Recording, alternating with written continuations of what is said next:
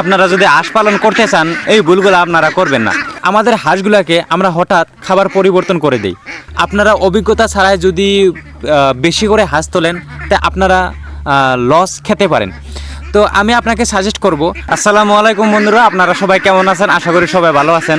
আপনারা যদি হাঁস পালন করতে চান এই ভুলগুলো আপনারা করবেন না। অনেক ভাই বন্ধুরা আমার ভিডিওর মাঝখানে কমেন্ট করে যে ভাই আমিও হাঁস পালন করতে চাই, কি কি ভুলগুলো আমরা না করলে হাঁস পালন করতে পারবো। আজকে এই ভিডিওর মাধ্যম দিয়ে আপনি করে অনেক গুরুত্বপূর্ণ বিষয়গুলো আমি কমু, যে বিষয়গুলো আপনারা অনেক গুরুত্ব দিবেন যদি আপনারা হাঁস পালন করতে চান। অনেক ভাই বন্ধুরা প্রবাসে থাকে, বিদেশে থাকে, আমার ভিডিওর মধ্যে কমেন্ট করে কি আমি প্রবাসে আছি, আমি বিদেশে আছি, এবার বাড়ি যেয়ে আমি হাঁস পালন করা শুরু করবো। আমাকে অল্প গাইড করেন আমি কিভাবে হাঁস পালনে সাকসেসফুল একজন মানুষ হতে পারবো। বন্ধুরা আপনারা জানেন আমরা 600 হাঁস পালন করতেছি, এর আগেও আমরা অনেক হাঁস পালন করছি। আমরা প্র্যাকটিক্যালি অনেক কিছু বস্তু আমরা দিশা পেয়েছি যে হাঁসের বিষয় কি কি করা যাব, কি কি না করা যাব, বেমার হইলে কি করা যায়, বেমার হওয়ার আগের কি করতে হবে, আমরা অনেক কিছুই দিশা পেয়েছি। আমরা প্র্যাকটিক্যালি অনেক বস্তু দিশা পাইয়া আজকে ভিডিওর মাধ্যম দিয়ে আপনি করে কমু যে আমরা কি কি বস্তু দিশা পেয়েছি হাঁস পালনে। বন্ধুরা এই ভিডিওটা অনেক পরিমাণ শেয়ার করবেন, কারণ আপনার একটা শেয়ারে যে ভাইরা নতুন করে খামারি হতে চাইতেছে, হাঁস মুরগি পালন করবার চাইতেছে, ও ভাই করে কি কি ভুল না করা উচিত, কি কি ভুল না করলে একজন সাকসেসফুল খামারি হতে পারবো, একজন সাকসেসফুল ডাক ফার্মিং ম্যান হতে পারবো, এই ভিডিওর মাধ্যম দিয়ে ওই ভাইগোনা জানতে পারবো। তো বন্ধুরা সর্বপ্রথম যখন আমরা জিরো বাচ্চা কিনে আনি, জিরো বাচ্চা মানে ডিমের থেকে বাইর হওয়া বাচ্চাগুলা, ডিমের থেকে বাইর হওয়াই 5-6 ঘন্টার ভিতরেই বা একদিনকার ভিতরে আমরা বাচ্চাগুলা কিনে আনি। আমরা বাচ্চাগুলা কিনে আনি না, সর্বপ্রথম আমরা বোর্ডিং করি। বন্ধুরা বোর্ডিং করা অবস্থায় অনেক কিছুই খেয়াল রাখতে হয়, যেমন তাপমাত্রা, ঠান্ডা বেশি না লাগা, পরিষ্কার পানি, ভালো ফিড, হাঁসের বাচ্চার থাকার জায়গা, যদি কোনো সময় বৃষ্টি আসে বৃষ্টি হাঁসের বাচ্চার গায়ে না লাগা, অনেক সুন্দরভাবে একটা বোর্ডিংয়ের ঘর বানানো। মানুষের একটা ছোট বাচ্চার যেমন খেয়াল রাখা হয় সেম ওই রকম ধরনেরই আমরা এই হাঁসের বাচ্চাগুলার খেয়াল রাখি 10 দিন থেকে 15 দিন বা 15 দিন থেকে 20 দিন অবধি। যখন আমরা বোর্ডিং কমপ্লিট করে বোর্ডিংয়ের থেকে বের করে দেই হাঁসের বাচ্চাগুলা, তখন আমরা এই ভুলগুলা করি না। আমি মোবাইলে টাইপিং করে নিয়েছি, এই মোবাইলে দেখে দেখে আপনাদেরকে বলবো যাতে আমি কোনো বস্তু ভুলে না যাই, সেজন্য আমি আগে ভাগেই মোবাইলে টাইপিং করে নিয়েছি যাতে আপনাদের বুঝতে সুবিধা হয়। বন্ধুরা সর্বপ্রথম নোংরা পরিবেশ থাকলে হাঁসগুলা ও নোংরা পরিবেশে ছেড়ে দেবেন না। নোংরা জায়গায় হাঁসগুলা ছেড়ে দিলে ও নোংরা পানি যদি হাঁসগুলা খায় তো হাঁসগুলার বেমার হতে পারে, ব্যাকটেরিয়া বা ভাইরাস লাগতে পারে।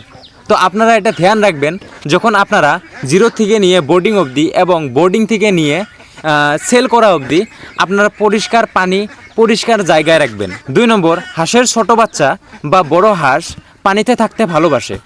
আপনারা এটা খেয়াল রাখবেন যে পানিগুলোতে হাঁসগুলোকে ছেড়ে দেবেন ওই পানিগুলো যাতে পরিষ্কার এবং পরিচ্ছন্নতা থাকে। যখন আমরা সর্বপ্রথম হাঁস পালন করা শুরু করি আমরা কিছুই জানি না, তার ফলে আমরা অনেক ভুলভাল খাবার দিই।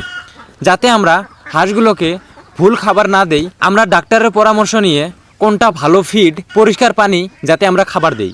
বন্ধুরা যখন আমরা হাঁস পালন করা শুরু করি তখন হাঁসের বাচ্চা বা বড় হাঁসে যদি ঠান্ডা দিন থাকে কতটুকু তাপমাত্রা দিতে হবে ঘরের ভিতরে সেটা আমরা জানি না। তাপমাত্রার বিষয় যদি আপনাকে বলি, যদি হাঁসের বাচ্চা হয় হাঁসের বাচ্চাগুলোকে যদি বেশি ঠান্ডা হয় যেমন 3 থেকে 4 ডিগ্রি, তো আপনারা ওই 3 থেকে 4 ডিগ্রি আপনারা প্লাস করে যদি হাঁসের বাচ্চা হয় বোর্ডিং অবস্থায় আপনারা 30 বা 32 ডিগ্রি তাপমাত্রা দিতে পারেন। আমি আপনাকে সাজেস্ট করব আপনারা ডাক্তারের পরামর্শ নিয়েই তাপমাত্রাটা দিবেন।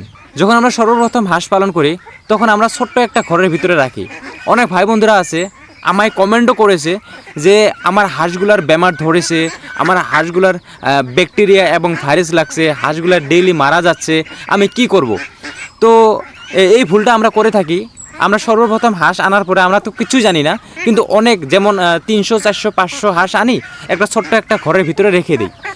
যখন হাঁসগুলা ময়লা ফালায়, ময়লা ফালার ফলে যে ময়লার দুর্গন্ধটা হাঁসের নাকে আটকে যায়, আটকে যাওয়ার ফলে ও হাঁসটা নিকাশ নিতে পারে না, উখা নিখা নিতে পারে না। তো তার ফলে হাঁসের অনেক বেমার আজার, ব্যাকটেরিয়া এবং ভাইরাস লাগা সম্ভাবনা বেশি থাকে। তো আমি আপনাকে সাজেস্ট করব, আপনারা প্রথমে 50 বা 100টা হাঁস এনে আপনারা দেখেন যে 100টা হাঁসের জন্য কতটুকু ঘর লাগে, 50টা হাঁসের জন্য কতটুকু ঘর লাগে এবং 200টা হাঁসের জন্য কতটুকু ঘর লাগে। আপনারা যখন 50, 100 বা 150, 200 হাঁস পালন করবেন, তখন আপনাদের আইডিয়া এসে যাবে যে এতগুলো হাঁসের জন্য আমার এতটুক জায়গা আমার প্রয়োজন হবে। বন্ধুরা, যখন আমরা হাঁস পালন করে থাকি তখন এই ভুলটা আমরা অনেকেই করে থাকি। টিকা ভ্যাকসিন, বন্ধুরা যখন আপনারা হাঁসের বাচ্চা আনবেন, ডাক্তারের পরামর্শ নিয়ে কোন সময়ে কোন ভ্যাকসিনটা দেওয়া দরকার, ডাক্তারের পরামর্শ নিয়ে আপনারা হাঁসের লিমিট হিসেবে ভ্যাকসিনটা দিয়ে নেবেন, কারণ ভ্যাকসিন দেওয়া অনেক গুরুত্বপূর্ণ। ভ্যাকসিন দিলে বন্ধুরা যদিও হাঁসের কোনো বেমার আজার আসে, সে বেমার আজার দ্রুত লাগে না। বন্ধুরা, ভ্যাকসিন না দেওয়ার ফলে এমনও হতে পারে আপনার পুরো খামার নষ্ট হয়ে যেতে পারে বা পুরো খামারটাই বরবাদ হয়ে যেতে পারে। তো আপনারা হাঁস আনার পরে ডাক্তারের পরামর্শ নিয়ে আপনারা ভ্যাকসিন অবশ্যই এবং গুরুত্বপূর্ণ এই বিষয়টা নিয়ে আপনারা ভ্যাকসিন হাঁসগুলোকে দিবেন। হাঁস পালন করার সময় এই ভুলটা আমরা করে থাকি, যে হাঁসগুলার বেমার লাগে সে হাঁসগুলা আমরা ভালো হাঁস থেকে আলাদা করি না। বন্ধুরা, আমি আপনাকে সাজেস্ট করব, আপনারা যদি আপনাদের হাঁসগুলার বেমার লাগে, আপনারা দ্রুত ভালো হাঁস থেকে বেমার লাগা হাঁসগুলা আপনারা আলাদা করেন, আলাদা করে রাখেন। যখন আলাদা হাঁসগুলা এবং বেমার লাগা হাঁসগুলা ঠিক হয়ে যাবে, তখন আপনারা ভালো হাঁসের সাথে একসাথে করতে পারবেন। কিন্তু বন্ধুরা, এটা মাথায় রাখবেন, যখন আপনারা ভালো হাঁসের ভিতরে যদি বেমার হাঁস থাকে, তো বেমার হাঁসটা ভালো হাঁসটাকে নষ্ট করে দিতে পারে, বেমারটা ছড়িয়ে যেতে পারে। তো আপনারা দ্রুত কি করবেন, যে হাঁসটার বেমার লাগছে ওই হাঁসটা ভালো হাঁস থেকে দ্রুত সরিয়ে নেবেন বা আলাদা রাখবেন, আলাদা খাবার দেবেন, আলাদা মেডিসিন দেবেন, আলাদা পানি, পরিষ্কার পরিচ্ছন্নতা জায়গায় রাখবেন। বন্ধুরা, আরেকটা ভুল যেটা আমরা করে থাকি, আমাদের হাঁসগুলোকে আমরা হঠাৎ খাবার পরিবর্তন করে দিই। আমাদের মাথায় রাখতে হবে, আমাদের হাঁসগুলোকে যাতে আমরা হঠাৎ খাবার পরিবর্তন না করি। আমরা যে ফিডটা আমরা নিয়মিতভাবে খিলাইছি, নিয়মিতভাবে ওই ফিডটা যাতে আমরা হাঁসগুলোকে খিলাই। যদি আপনারা হঠাৎ খাবার পরিবর্তন করেন, আপনাদের হাঁসগুলার হজম শক্তি নষ্ট হয়ে যেতে পারে। তো আপনারা এই বস্তুটা মাথায় রাখবেন যে আমাদের হাঁসগুলোকে আমরা যাতে হঠাৎ খাবার পরিবর্তন না করি। তারপরে বন্ধুরা, হাঁসগুলোকে রাতে নিরাপত্তা না রাখা।